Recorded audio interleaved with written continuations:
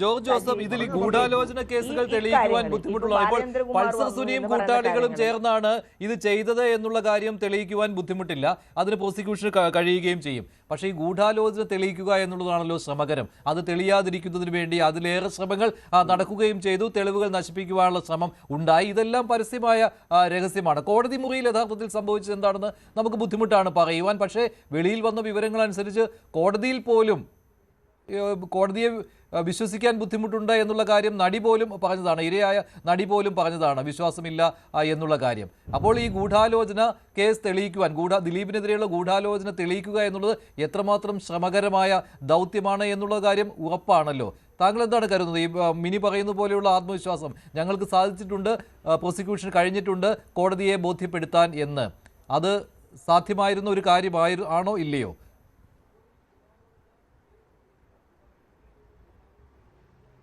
അല്ല, കോടതി ഇപ്പോൾ വളരെ ശ്രമകരമായ രീതിയിൽ അതിൻ്റെ ജഡ്ജ്മെൻ്റ് എഴുതിക്കൊണ്ടിരിക്കുകയാണ്.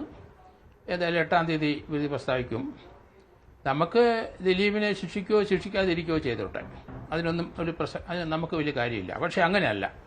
ഇതിനകത്ത് 7 പ്രതികൾ, പൾസർ സുനി ഉൾപ്പെടെയുള്ളവർ കുറ്റം ചെയ്തില്ല എന്നാരും ഇതുവരെ പറയുന്നില്ല.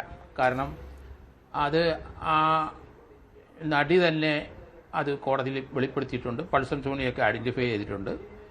അത് അവർ 5 പേര് ഇതിനകത്ത് കാറിനകത്ത് കയറി അവരെ ലൈംഗിക പീഡനം നടത്തി അത് ഷൂട്ട് ചെയ്തു. പക്ഷേ അങ്ങനെ ഷൂട്ട് ചെയ്ത് ഒരു ദൃശ്യം കയ്യിലുള്ള ആൾ അത് കഴിഞ്ഞപ്പം തന്നെ ഉടനെ ആണെങ്കിൽ ഈ നടിയെ വിളിക്കണമായിരുന്നു. കാരണം ബ്ലാക്ക് മെയിൽ ചെയ്യാനാണ് ഉദ്ദേശമെങ്കിൽ അവരുടെ അടുത്ത് പൈസ ചോദിക്കണം, അവരുടെ അടുപ്പക്കാരോട് പൈസ. അതൊന്നും അവിടെ നടന്നില്ല, അതിനൊരു എവിഡൻസേ ഇതുവരെ ഇല്ല.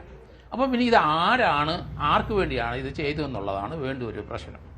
ഇതിനകത്ത് വളരെ ഇമ്പോർട്ടൻ്റ് ആയ എൻ്റെ ഒരു കാഴ്ചപ്പാടനുസരിച്ച് ഈ കേസിനകത്തുള്ള ദൃശ്യം, ആ ദൃശ്യം അത് അന്നേരം തന്നെ ദിലീപിന് കൈമാറി എന്നുള്ള ഒരു ഇൻഡയറക്റ്റ് എവിഡൻസ് കോടതിക്കകത്തുണ്ട്. പക്ഷേ അതിൽ കൂടുതൽ എവിഡൻസ് ബാലചന്ദ്രകുമാർ വന്നപ്പം ഈ കേസിൻ്റെ ദൃശ്യങ്ങൾ ആ ദിലീപിൻ്റെ വീട്ടിലിരുന്ന് കാണുന്നതിൽ ഇയാളും അതിൽ പങ്കെടുത്തിരുന്നു, ഇയാളും അത് കണ്ടു. അത് നമുക്കറിയാം. എൻ്റെ വീട്ടിലോ വേറൊരാളുടെ വീട്ടിലോ ആരുടെയും ഈ ദൃശ്യങ്ങളില്ല. അതിൻ്റെ ആവശ്യക്കാരുടെ അടുത്ത് മാത്രം അത് എത്തുള്ളൂ. അതാണ് അതൊരു 120B ഗൂഢാലോചനയുടെ ഒരു ഭാഗം തന്നെ. അത് പ്രൂവ് ചെയ്യും കോടതിയിൽ. അത് ബാലചന്ദ്രകുമാറിന് അവസാനം സാക്ഷിമൊഴി നൽകാൻ സാധിക്കുകയും ചെയ്തിരുന്നു അല്ലേ? ജോർജ് ജോസഫ്, അദ്ദേഹത്തിന്റെ ആരോഗ്യസ്ഥിതി നല്ലതായിരുന്നില്ല, അതീവ ഗുരുതരാവസ്ഥയിലായിരുന്നു അവസാന നിമിഷങ്ങളിൽ ബാലചന്ദ്രകുമാർ. അദ്ദേഹം ഇപ്പോൾ ഇല്ല, നമ്മോടൊപ്പം ഇല്ല, അദ്ദേഹം മരണത്തിന് കീഴടങ്ങി. അദ്ദേഹത്തിന്റെ മൊഴി പക്ഷേ അതിനിർണായകമായിട്ടുണ്ടാവും. അദ്ദേഹം പരമാവധി ഇക്കാര്യത്തിൽ മൊഴി നൽകുവാൻ ശ്രമിച്ചിട്ടുമുണ്ട്. അദ്ദേഹത്തിന്റെ മൊഴിയെടുപ്പ് പല ദിവസങ്ങൾ നീണ്ടിരുന്നു. പക്ഷേ ആ മോശം ആരോഗ്യാവസ്ഥയിലും അദ്ദേഹം മൊഴി നൽകുവാൻ എത്തുകയും ചെയ്തു. അത് തന്നെയല്ല, അവസാനം അദ്ദേഹത്തിന് അഡ്വക്കേറ്റ് രാമൻപിള്ള ക്രോസ് ചെയ്ത് അദ്ദേഹം മെഡിക്കൽ കോളേജിൽ ബെഡ് റിഡനായിട്ട് കിടക്കുന്ന പരാലിസിസ് ഒക്കെ നടത്തി അങ്ങനെ ബെഡ് റിഡനായിട്ട് കിടക്കുന്ന സന്ദർഭത്തിലാണ് ക്രോസ് ചെയ്തത്. അന്നേരം അദ്ദേഹം സത്യം മാത്രം വിളിച്ചു പറഞ്ഞ മനുഷ്യനാണ്. മരണത്തിന് തൊട്ട് മുമ്പ് അതുവരെ അദ്ദേഹം കൃത്യമായിട്ട് മൊഴി കൊടുത്തുകൊണ്ടിരുന്നു. ആ ക്രോസിലും അങ്ങനെ തന്നെയാണ്. അതിനുശേഷം അദ്ദേഹം അധികം ദിവസം കഴിയാതെ മരിക്കുകയും ചെയ്തു. അതൊക്കെ വ്യത്യസ്തമായ രീതിയിലാണ് ഈ കേസിനകത്ത് മൊഴിയെടുപ്പ് ഒക്കെ നമ്മൾ കണ്ടത്. എന്തായാലും ശരി, 7 പ്രതികളെ ശിക്ഷിക്കുമെന്ന് ഉറപ്പ്. 8-ാം പ്രതിയുടെ കാര്യത്തിൽ 120, കാരണം ഈ ആക്ഷനകത്തും ഈ കുറ്റകൃത്യത്തിലൊന്നും നേരിട്ട് പങ്കെടുത്തിട്ടില്ല ദിലീപ്.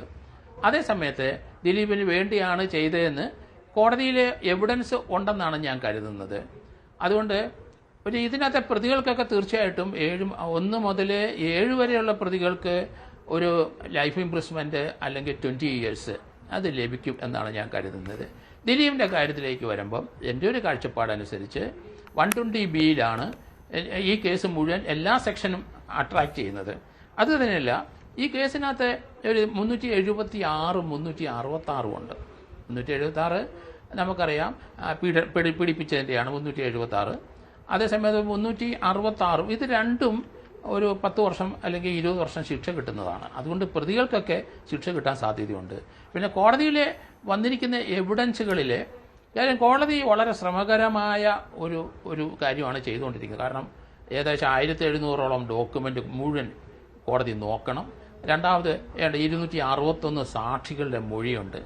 ഇതൊക്കെ കുറേ മാസങ്ങൾ കഴിഞ്ഞ ഫെബ്രുവരിയിൽ ഏകദേശം ആ കേസെല്ലാം തീർന്നതാണ്. പക്ഷേ ജഡ്ജ്മെൻറ്റ് എഴുതാനായിട്ട് ഇത്രയും താമസിച്ചു.